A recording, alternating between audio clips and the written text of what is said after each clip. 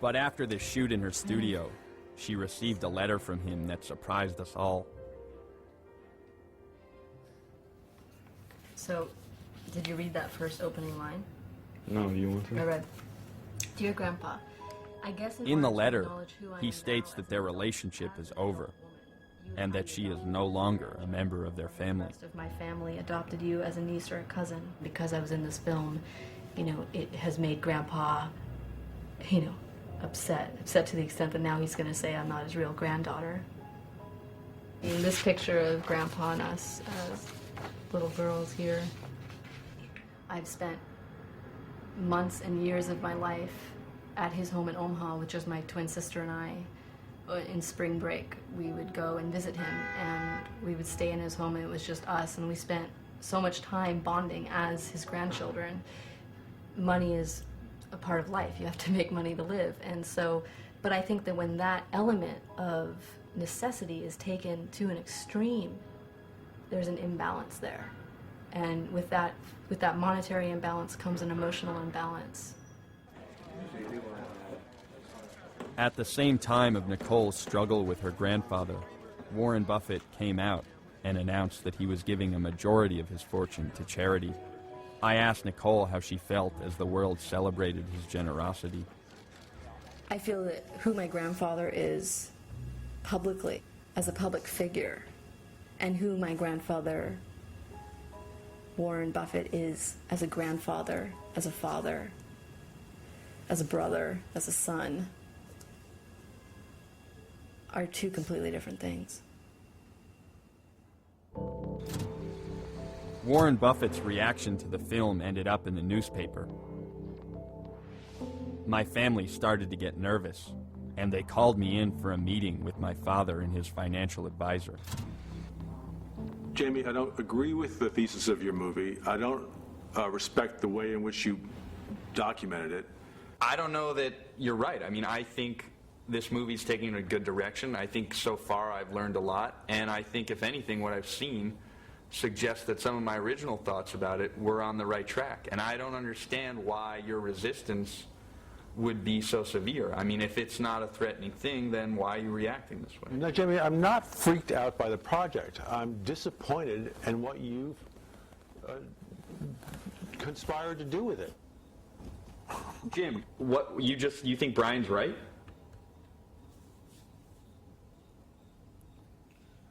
What do you mean, Brian? He's upset. I can understand it.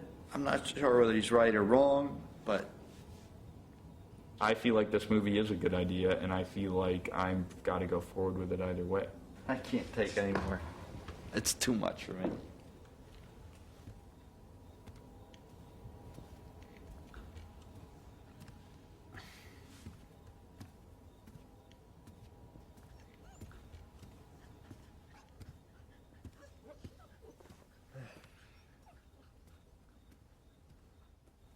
Oh, dear.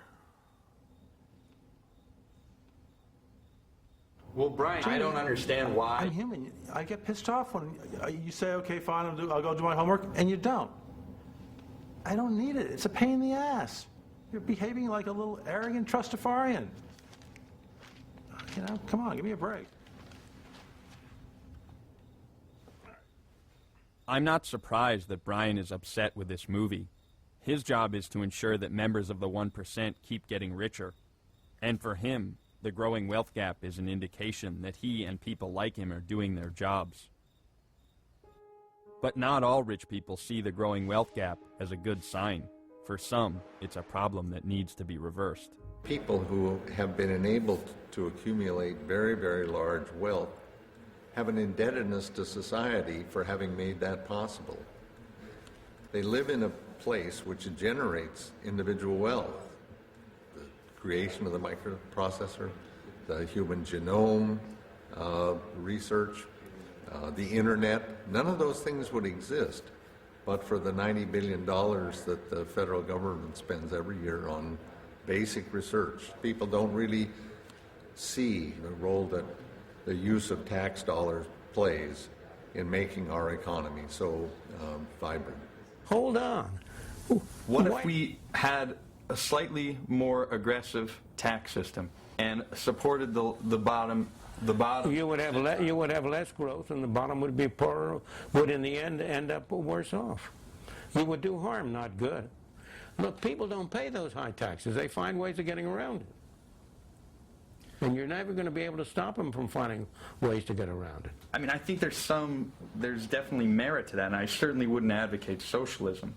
Well, you are advocating, excuse me, don't talk that way. You are advocating socialism. That's exactly what you're advocating. You're just not willing to call it socialism. I'm just advocating a slightly more progressive tax structure. That's socialism. If you're going to have a society of balance, the load of the taxes have to fall on the people with the money. And I don't resent the very wealthy. As a matter of fact, I'd like to be one. But I do think that many of the wealthy people understand that they could probably pass a little bit of another tax break to have a little left for a head start. Back in the old days, you would tax passive income, meaning dividend and interest income, differently than salaried income. Right now, a guy making money from dividends pays 15% tax, but a soldier over in Iraq pays 40% tax, 30% income tax. Imagine the idea of a worker going to a foundry every day, heat, dust, working.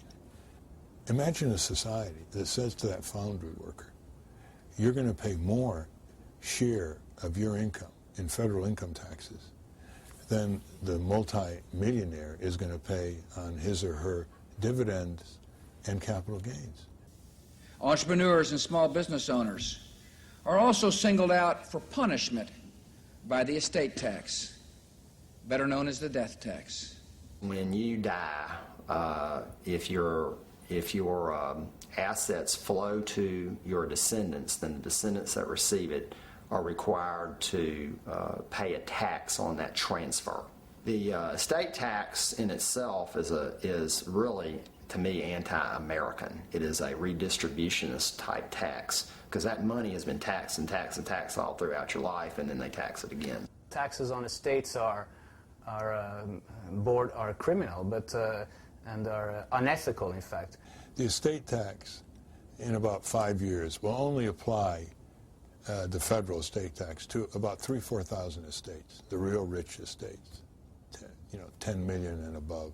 Maybe it's even less than that. But the propaganda by the Republicans and the rich have been so relentless that most people think, gee, my estate should go to my kids. The federal government shouldn't tax it. You don't pay the estate tax unless you are already extremely wealthy. It's mythological that this is for small farmers or for small businesses. No, we're talking about the wealthiest people in this country. I remember in 1997, there was this big push to abolish the inheritance tax, and at the time I was like, wow, where did this come from? Now I know that the Mars family and the Gallo family and all these enormously wealthy families bankrolled an effort to abolish the inheritance tax. Forrest Mars, net worth $10 billion, lives in Virginia and wants to get rid of the estate tax. I mean, how much money does he want to pass on, It was December 2000 that I got an email from Bill Gates Sr., the father of the founder of Microsoft, who said, how can I help? He said, the idea that we would eliminate the estate tax is just wrong. He says, well, I'll call Warren Buffett and George Soros and Paul Newman. And so I said, all right, you call your friends and I'll call my friends and we'll see what we can do. I'm here talking to people in the Senate about the federal estate tax bill. The Republicans are trying to repeal it. Their constituents don't like to pay the tax, and they're trying to help their constituents by repealing it. How's everything in Seattle? Good. We are developing a very serious wealth disparity. And the fact of the matter is that the disparity has developed even though we do have an estate tax. So I hate to think how bad it would be if we hadn't had an estate tax over this time.